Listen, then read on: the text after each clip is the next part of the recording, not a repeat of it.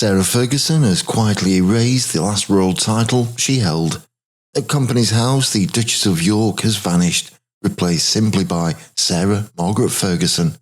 Days earlier, she had already stripped Duchess from her social media handles.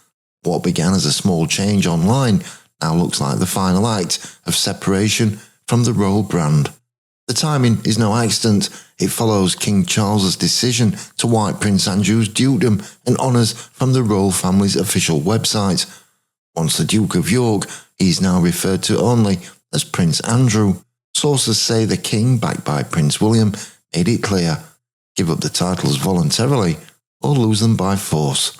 For Sarah, the removal is devastating. The Duchess of York title, granted on her 1986 marriage, was the one remaining royal link she retained after her divorce from Andrew. Now, even that is gone. In official filings, she's no longer a director, but calls herself a charity patron, spokesperson, writer, and TV presenter.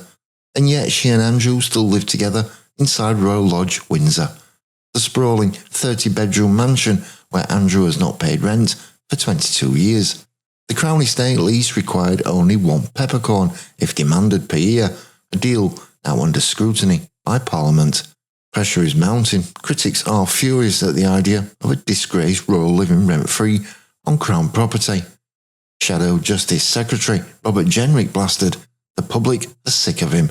It's about time Prince Andrew took himself off to live in private." Meanwhile, Andrew faces darker allegations. Scotland Yard is actively investigating claims he asked his taxpayer-funded police officer to dig up dirt on Virginia Giuffre.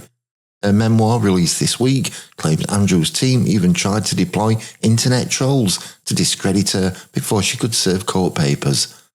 Andrew denies it all, but his world, and Sarah's with it, is collapsing piece by piece. Once the Duchess of York, she is now simply Sarah Ferguson. For a woman who once stood at the heart of the monarchy, the title change is more than paperwork. It is the end of an identity. And as William's influence grows inside the firm, Andrew and Sarah's exile looks inevitable. The question now: what happens when the last door finally shuts on them both?